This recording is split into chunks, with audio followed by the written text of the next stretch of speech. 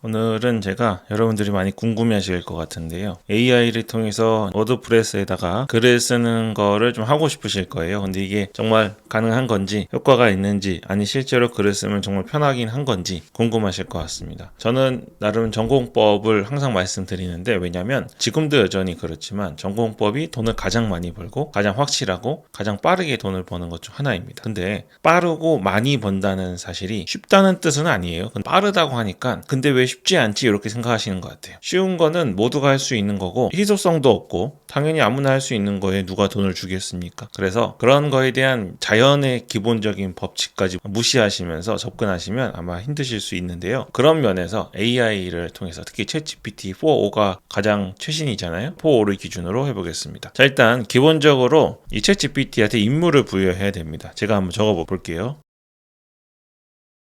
제가 임무를 줬는데요. 한번 들어보세요. 지금부터 너는 워드프레스에 글을 적는 나의 직원 같은 역할을 해야 돼. 글을 적을 때에는 한국 사람에게 가장 잘 읽히는 방식으로 적어야 돼. 그러니까 너무 딱딱하거나 단지 사실을 전달하는 방식이어서는 안 된다는 거지. 그리고 가장 중요한 것 중 하나는 구글 SEO에 잘 맞춰서, 이거 지금 제가 맞춤법 틀렸잖아요. 괜찮습니다. 문맥상 다 알아들으니까 너무 신경 쓰지 마시고요. 잘 맞춰서 적어야 되고 구글 SEO에는 충실하면서도 구글 검색 엔진의 상위에 노출될 수 있는 글을 반드시 적어줘야 돼. 글의 길이는 정해져 있지 않지만 필요한 부분은 충분히 들어가야 되고 최신 정보를 우선으로 적어줘. 그럼 내가 근데 내기라고 썼네요. 내가 기본 키워드를 먼저 알려줄 테니까 내가 키워드를 주는 시간 기준으로 구글 검색 엔진에서 검색한 후 가장 노출과 트래픽을 모으는데 효과가 있을 것 같은 키워드를 선정해서 글을 적어주면 돼 라고 하겠습니다. 이게 프롬프트인데요. 자연어 방식으로 프롬프트를 줄 수 있는 거예요. 프롬프트가 뭐냐? 명령어라고 생각하시면 됩니다. 예전에는 프로그래머들이나 코딩을 할 줄 아는 사람들이나 이런 프롬프트들을 전문가 역할을 했는데요. 이제 아무나 할 수 있게 됐죠. 엔터 쳐볼까요? 네, 그럼 메모리 업데이트 됨이라고 뜨면서 이제 제가 준 내용을 기억하고 자신이 하겠다고 인지하는 시간입니다. 몇 초 안 걸려요. 자, 한번 제가 키워드를 줘보겠습니다. 냉장고를 부탁해 시즌2가 나온다고 하거든요. 아마 흑백요리사에서 유명하신 분들이 나올 것 같은데 그거를 한번 줘보겠습니다. 어떻게 하는지 보죠. 저는 챗GPT를 유료가 처음 시작될 때부터 써왔기 때문에 저는 블로그 말고 다른 업무는 이 챗GPT가 없으면 거의 수행하지 못할 정도로 도움을 많이 받고 있거든요. 해외에 갔을 때 특히 그렇습니다. 근데 이 블로그로도 될까 안 될까 궁금해 보신 분들이 계실 것 같아서 제가 유료 사용자로서 보여드리는 거니까, 그리고 블로그를 직접 글을 쓰는 사람으로서 보여드린 거니까 비용이나 시간을 들이거나 확신을 갖지 못하시는 분들은 이번 영상을 통해서 도움이 되셨으면 좋겠습니다.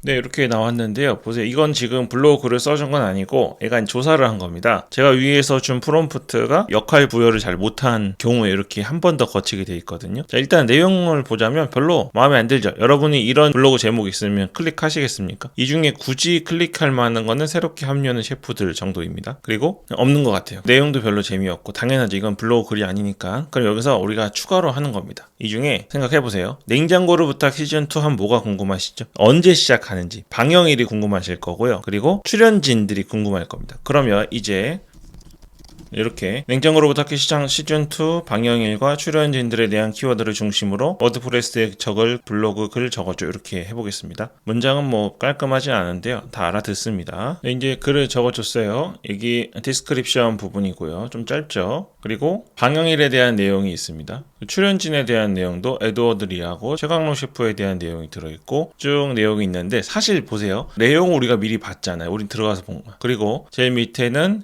구글 SEO에 기반해서 흑백요리사 관련이 있다고 그랬더니 이 챗GPT가 냉장고를 부탁 시즌2 방영일, 출연진, 그리고 흑백요리사를 제 의도대로 넣고 나머지 셰프 라인업이나 에드워드리, 최강록 같은 것들은 주요 키워드라고 해서 알아서 넣은 겁니다. 자, 이제 내용만 보시면 내용이 별거 없죠. 왜냐하면 아직 확실하지 않은 내용, 루머에 가까운 내용들로 구성이 된 거기 때문입니다. 근데 중요한 건 우리가 방영일 또 출연진 정보를 갖고 트래픽을 얻을 수 있는지 없는지를 확인하고 있는 거거든요. 근데 조금 부실한 것 같으니까, 아직 확실하지 않으니까 다양한 루머들을 더 추가해달라고 해보겠습니다. 다양한 루머들 더 추가해서 내용을 다시 적어주고 구글 SEO에 밀접하게 고착하고 독서량이 많지 않은 사람들도 쉽게 읽을 수 있게 적어줘, 이렇게 해볼게요. 네, 보시면 잘 적어줬죠. 문장들도 덜 딱딱하게 되고 SEO에 좀 더 맞게 디스크립션도 살짝 늘려줬습니다. 그러니까 지금 느낌이 어떻게 드셨냐면 좀 똑똑하지만 아직 이런 일에 경험이 없는 직원을 둔 느낌이에요. 근데 이제 제일 중요한 건 뭐냐면 이렇게 잘 적어줬는데요. 요거를 우리가 워드프레스에 올려서 꾸준히 발행을 오래 해봤을 때 반응이 오는지 안 오는지가 중요한 겁니다. 이걸 이제 업로드 해볼까요? 일단 제목 부분 빼고요. 전체 이렇게 복사하시고 맥 OS에서 말씀드리는 건데 다른 메모장 가지지 않고 바로 워드프레스로 가보겠습니다. 새로운 걸 추가해서 들어왔고요. 여기다가 붙여넣기 하면 이렇게 글 다 써지고요. 여기 제일 위에 부분 복사해가지고 제일 밑에 메타 설명에 넣어주시면 주황색이 나오죠. 좀 기네요. 그러면 앞에 대충 지워주시고 우리는 길이를 맞추는 게 중요하기 때문에 이런 식으로 파란색이 뜨는 정도까지만 맞추시면 되겠습니다. 그럼 여기 첫 문단에서 한 칸 띄워주시고요. 가독성을 높여야 되니까 Shift 엔터로 띄워주시고 하시고 그 다음에 지금 저희가 썸네일도 넣어야 되잖아요. 에드워드리나 최강록 셰프님의 인스타 같은 데에서 업체나 화보 촬영한 거 말고 개인적으로 찍은 사진 정도 캡처해서 갖고 오신 다음에 넣으시면 됩니다. 제목 넣으셔야 되죠. 이렇게 제목 추가하시면 되는데 제목이 약간 기자들이 쓴 것 같지 않습니까? 그래서 이게 내용만 보면 눌러보고 싶은데 뭔가 조금 괜히 당할 것 같은 그런 기사 제목이에요. 그러면 클릭률 100% 나오는 제목으로 다시 수정해줘. 물론 이렇게 한다고 해서 100% 나오지는 않습니다. 그러니까 이게 저희가 챗GPT가 화를 안 내거든요. 물론 안 한다고 버틸 때가 있어요. 너무 오래 걸립니다. 한번 이렇게 해보세요. 저한테 반대로 시키는 경우가 있지만 화를 절대 내지 않고 그렇기 때문에 이렇게 계속 시도를 할 수 있는 건데 냉장고를 부탁해 시즌2 드디어 돌아온다. 방영일과 셰프 라인업 총정리 새 얼굴에 숨겨진 놀라운 변화는 약간 이것도 미국식인 것 같은데 그래도 이제 지금 테스트니까 이걸 복사해서 제목에 넣고 이제 발행하면 되겠습니다. 자, 어떠세요? 여러분 지금 제가 챗GPT 유료 버전을 통해서 저 아무 리허설도 안 하고 그냥 바로 한 거거든요. 편해 보이십니까? 글을 대신 써주는 거 이렇게 긴 글을 대신 쓰고 다시 쓰고 고치고 이런 면에서는 편하게 느껴지는데 생각보다 챗GPT를 이용하는 것도 시간이 좀 걸리고요. 그리고 우리가 오히려 더 정신을 많이 써야 된다고 느껴지시기도 할 겁니다. 그리고 저는 이 블로그를 쓰는 것만이 아니라 챗GPT를 사용하는 거에서 굉장히 익숙해져 있는 사람이에요. 매우 자연스럽고 일을 시키는 그런 입장에서 간단하게 한 건데 그렇지 않은 분들이 특히 무료 버전을 쓰시는 분들이 이만큼 준비되지 않은 상황에서 간단하게 블로그 글이라고 해도 적는 게 쉽진 않으실 겁니다. 저는 더 중요한 게 있죠. 이렇게 글을 썼을 때 효과가 있는지가 중요한 겁니다. 저는 이제 블로그가 어느 정도 안정화되어 있기 때문에 그런 것들을 기반으로 새로운 것들을 항상 시도할 수 있는 입장에 있다 그랬죠. 그래서 저도 지금 제 수익은 글을 직접 적는 것들이지만 여러분들은 제가 영상을 안 올리면 일을 안 하네 라고 생각하실 수 있지만 저는 일을 안 하고 쉬는 적은 없습니다. 여러분들에게 이런 것들을 대신 알려주기 위해서 몇 달간 아니 거의 1년 가까이 테스트하는 경우들도 있어요. 그냥 추측만 갖고 제 이사양 잡스라는 이름만 갖고 전달해 드리기에는 여러분들이 하셔야 되는 수고나 노력이 너무 많이 들어가기 때문에 어떤 것들은 제가 정말 오랫동안 테스트하는 경우가 있습니다. 챗GPT로 쓰는 글도 마찬가지예요. 이 글을 제가 오랫동안 특정 워드프레스에 올려봤습니다. 노출이 아예 안 되는 건 아니에요. 근데 노출이 거의 안 됩니다. 가장 중요한 건 이게 글이 우리가 일반적으로 쓰는 블로그 글의 스타일이 안 나고 자꾸 영미권 그런 거를 한국어로 번역한 느낌이 많이 나고 혹은 어떤 방송 매체에 소속되어서 월급 받고 일하시는 기자분들 있잖아요. 그런 분들은 글을 쓰고 그 방송국 파워로 트래픽이 몰리는 거 아닙니까? 그 정도 수준에서 쓸 수 있는 정도의 글밖에 안 나오는 것 같습니다. 가장 중요한 건 구글을 포함해 대부분의 검색 엔진에서는 이 글이 아무리 우리가 자연스럽게 쓰려고 해도 챗GPT로 찍어낸 AI로 찍어낸 글이라는 거를 알아내는 것 같아요. 이건 창과 방패의 싸움인데 보세요. 제가 이렇게 근데 이거 챗GPT로 글을 쓰면 구글 검색 엔진과 같은 검색 엔진에서 알고 블락을 할 것 같아. 절대 걸리지 않게 바꿔줘 라고 하면 말은 들어요. 보시면 일반적인 정보 제공과 인간이 작성한 것처럼 읽히는 부드러운 문장으로 구성하겠습니다.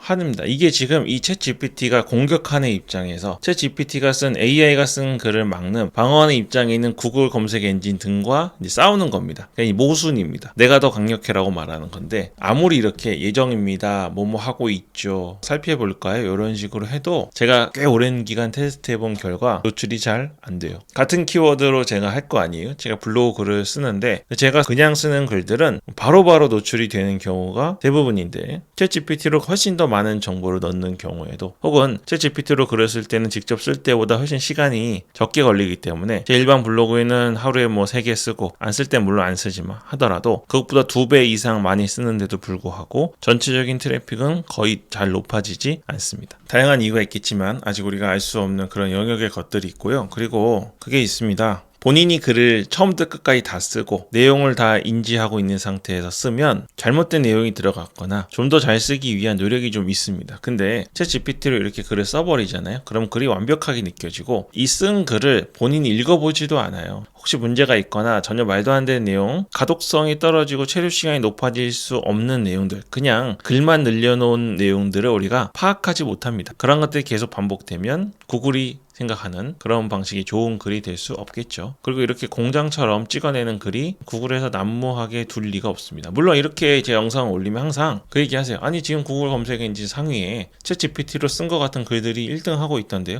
그런 글이 없는 게 아니라 저도 그동안 이걸로 작업했을 때 트래픽 노출이 안 되는 게 아닙니다. 근데 직접 쓰는 글에 비해서는 현저하게 트래픽이 떨어지고 현저하게 효과가 떨어집니다. 직접 글을 쓰는 것도 힘들지만 챗GPT 같은 AI로 글을 쓰는 것도 엄청 힘들어요. 시간도 많이 들어가고. 그런데 그 상대적으로 들어간 수고에 대비 들어오는 수익의 상관관계를 보면 아무리 편해 보여도 백날 첫날 써봤자 돈 못 버는 것보다는 내가 익숙하지 않아서 힘들게 느껴지더라도 직접적으로 글을 쓰시는 거는 확률이 훨씬 높습니다. 그래서 여러분 제가 오늘 이 영상을 한 거는 블로그 하기 싫으시죠? 더 정확하게 얘기하면 쉽고 편하게 돈 벌고 싶으실 겁니다. 귀찮아 죽겠죠. 그래서 이런 것들이 자꾸 눈에 띄는데요. 이런 것들로 블로그를 직접 쓰시는 분들을 대체하거나 이길 수 없습니다. 이게 대체하는 순간은 우리 블로거들이 돈을 벌 수 없는 순간에 그렇게 된 걸 겁니다. 그러니까 아직도 애드센스 블로그로 돈을 많이 버는 사람들이 엄청 많고 전혀 뒤처지지 않았습니다. 수익 전혀 뒤처지지 않았어요. 이런 상황에서는 이런 자동이나 매크로 이런 것들 강의 같은 거 있잖아요. 요즘 이거 엄청 팔거든요. 프롬프트 파는 사람도 있어요. 이런 것들에 현혹되지 마시고 클라우드 웨이즈 하셔가지고 호스팅 비만 한 달에 조금씩 내시고 직접 글을 쓰시는 걸 권해드리겠습니다. 제가 지금 영상을 한 2-3주 만에 올린 것 같은데요. 지금 엄청 대목입니다. 아시는 분 아실 텐데 예민한 문제들도 있고 공개할 수 있는 것들은 애플에서 신제품 엄청 나왔죠. 아이패드 미니, 맥 미니,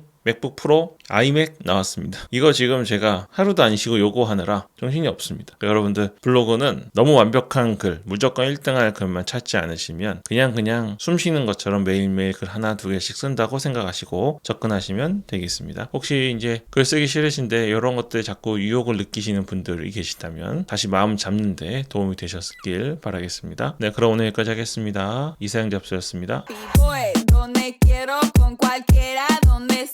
Papi voy, donde quiero con cualquiera, donde sea, papi voy.